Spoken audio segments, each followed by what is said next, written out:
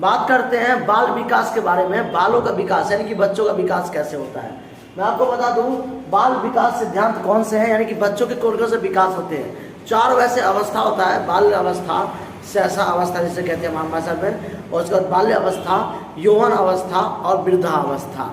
इन अवस्थाओं के दौरान बच्चों का अलग अलग विकास होता है, जिसे हम बाल्य विकास कहते हैं। बच्चों में होने वाली शारीरिक गतिविधियाँ, मानसिक गतिविधियाँ, ये बच्चे किस तरह से सोचते हैं, कहाँ बैठना पसंद करते हैं, कहाँ बोलना पसंद करते हैं, ये सब हमारे एजुकेशन लाइफ में विशेष महत्व रखता है। बात करते हैं बाल विकास के सिद्धांत कौन कौन से हैं। व्यक्तिगत भिन्नता का सिद्धांत का प्रत्येक बाल व्यक्तिगत दृष्टि से भिन्न होता है, यानी कि व्यक्ति बच्चों के जो विकास करने का तरीका होता है वो बड़ों से अलग होता है। कुछ लंबे लंबे सपने देखने, लंबे लंबे बातचीत सोचने, अलग अलग कि मैं हवाई जहाज में जाऊंगा, ये करूंगा, बड़ा होऊंगा तो ये करूंगा। उसके लिए आप उसे मोटिवेशनल करें, डीमोटिवेशनल कभी ना करें। डीमोटिवेशनल करते तो बच्चों का मानसिक तनाव जो होता है, मानसिक विकास वो कमजोर होता है। फिर बात करते हैं व्यक्तिगत भिन्नता का सिद्धांत। प्रत्येक बालक में व्यक्तिगत से भिन्न होता है। परस्पर संबंध का सिद्धांत, तो अपने माता पिता से आचरण जिसे कहते हैं व्यक्तिगत सिद्धांत।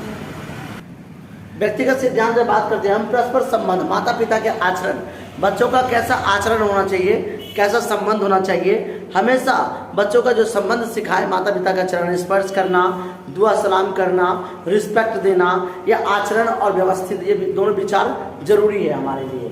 निरंतर विकास का सिद्धांत, बच्चों में निरंतर विकास का सिद्धांत अलग अलग प्रकार से बना रहता है। जैसे विकास के निरंतर सिद्धांत अलग अलग हैं। विकास की दशा का सिद्धांत, विकास के अलग अलग दशा होते हैं, जानते होंगे हम। विकास का जो तरीका होता है वो अपने देश और राज्य और क्षेत्र से ही जुड़ा होता है। जो हम अपने देश में विकास करते हैं, अपने घर में विकास करते हैं, वो विकास से जुड़ा होता है हमारा। बाल विकास के प्रत्येक सिद्धांत में जानते हैं हम 1 से लेकर के 12 साल तक के जो बच्चे होते हैं उनमें सोचने की क्षमता अलग होता है हमारा, जिसे हम आम भाषा में कहते हैं टीन ईयर्स ओल्ड। और ये टीन ईयर्स जो होता है हमारा 13 से लेकर के 19 तक चालू हो जाता है। और टीन ईयर्स में मानसिक परिवर्तन, सकारात्मक विचार अलग होता है। साइंस ये कहता है कि बच्चों का जो विकास है वो औपचारिक रूप से अलग अलग भागों में होना चाहिए। जैसे कि जिस तरह से वातावरण रहेगा बच्चा वैसे संस्कार सीखेगा, ये हमें साइंस बताता है। साइंस के अकॉर्डिंग बड़े बड़े वैज्ञानिकों के अनुसार अगर हम मानते हैं, जैसे कि आप जानते होंगे 12 साल में एक बच्चा प्रिंसिपल बन गया था, आप जानते होंगे, जिसका नाम था नील आर्मबोर्न। नील आर्मबोर्न जो थे वो 12 साल में प्रिंसिपल बन चुके थे।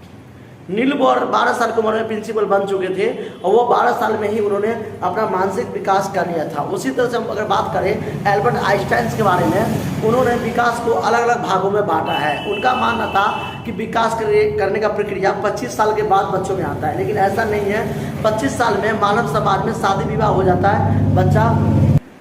एल्बर्ट आइंस्टाइन ने कहा था कि बच्चों का विकास 25 साल के बाद होता है, लेकिन ऐसा नहीं है। बच्चों का विकास अलग अलग प्रकार से होता है, क्योंकि 25 साल में तो आदमी शादी विवाह करके बाल बच्चेदार में आ जाता है, कदम रख देता है।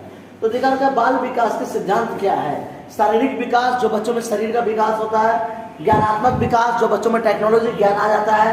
सामाजिक और भावनात्मक विचार, बच्चों को ये भावना हो जाती है कि मेरा ये घर है, समाज है, परिवार है। समाज में हो जाता है उसे कि पापा देख लेंगे, मम्मी देख लेंगी, चाचा मारेगा।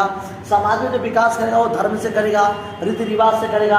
भाषा का विकास, बाल विकास का जन्म कौन कौन से है, तो अलग अलग जन्म है। और स्त्री हॉल्स का विकास, ये अलग अलग प्रकार का विकास है। और ये सामाजिक चिंतनों में विकास करने की अनुक्रिया अलग है।